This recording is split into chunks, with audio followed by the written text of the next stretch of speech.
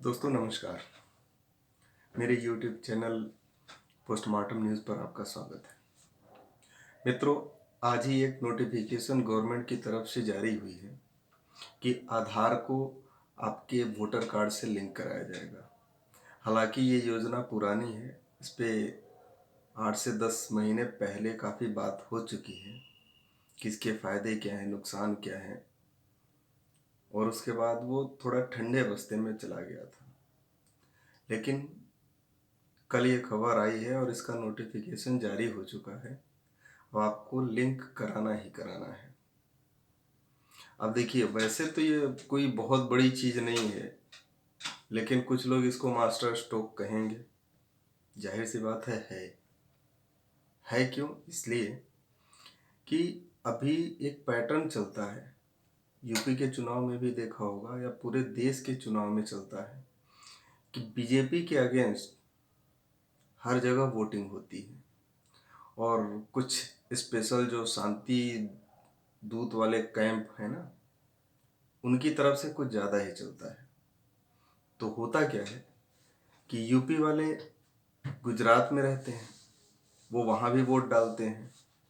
उसके बाद वो बहुत अच्छी खासी संख्या में आके यूपी के चुनाव में भी वोट डालते हैं। उनमें से कुछ एमपी में भी रहते हैं, वो भी वहाँ भी वोट डालते हैं।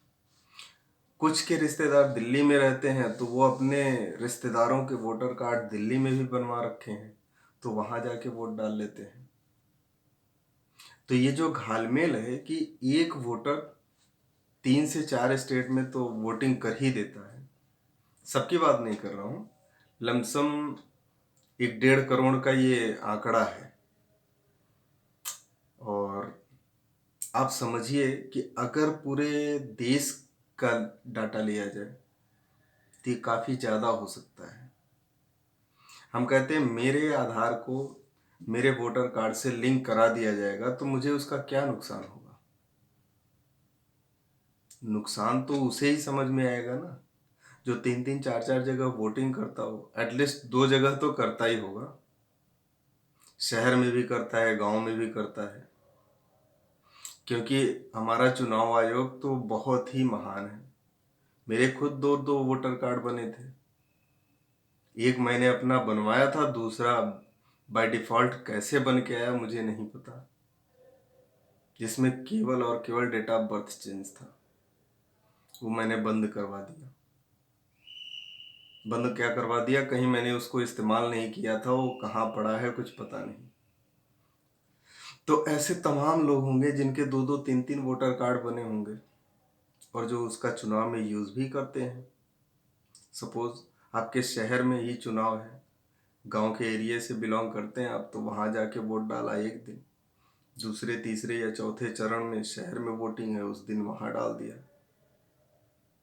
या सेम डे है, आप शहर में वोट डालेंगे, फिर जाके गांव में वोट डाल देंगे, कौन रोक रहा है?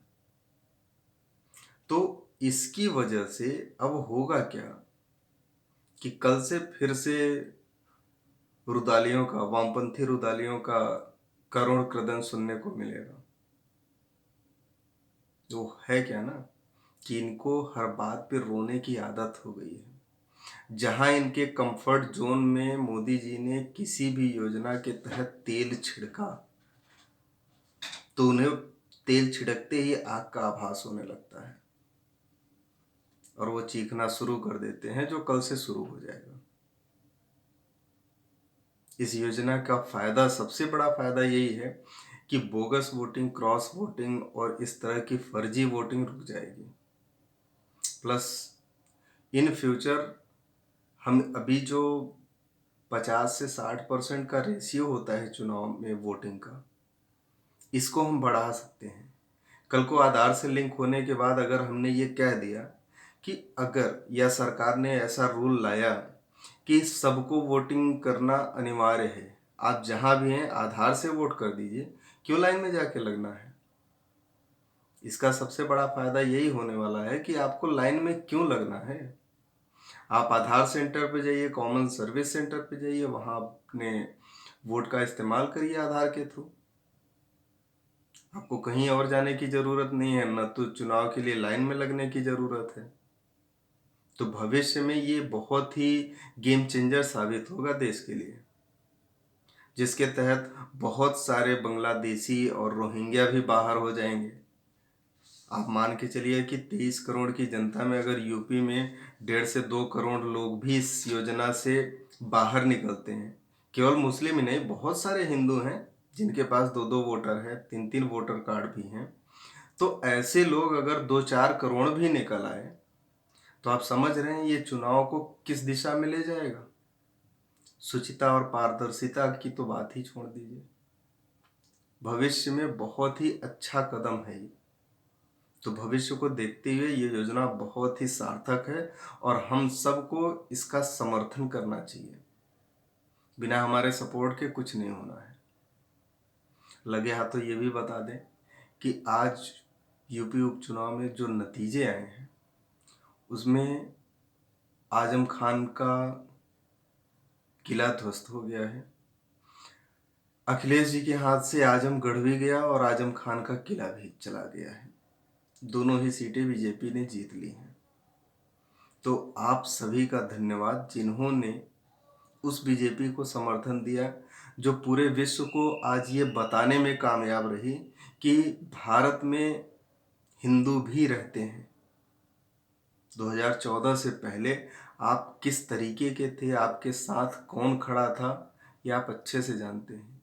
लेकिन 2014 से 2022 आते आते आप विश्व में अपनी ताकत का एहसास कर सकते हैं। वैश्विक परिदृश्य पर भारत किस स्थान पर है, किस सिचुएशन पर मोदी जी और उनकी टीम भारत को ले गए हैं, इसके लिए आप अमेरिका में, इंग्लैंड में, ऑस्ट्रेलिया में रहने वाले भारतीयों से पूछिए कभी, जो बताते हैं कि जो अमेरिकी या ऑस्ट्रेलियाई लोग हमको दोयम दर्जे का नागरिक समझते थे, सीधे मुंह बात नहीं करते थे, आज वो हमको बड़े ही इज्जत और सम्मान से देखते हैं। तो मित्रों, बने रहिए इस देश की सरकार के साथ और इस सरकार का संपूर्ण समर्थन करिए। लोगों तक सरकार की योजनाओं को पहुंचाइए, सरकार के साथ रहिए। आपका साथ इस देश को और इस सरकार को, आपके साथ की बहुत ही ज़रूरत है। जय हिंद, जय भारत।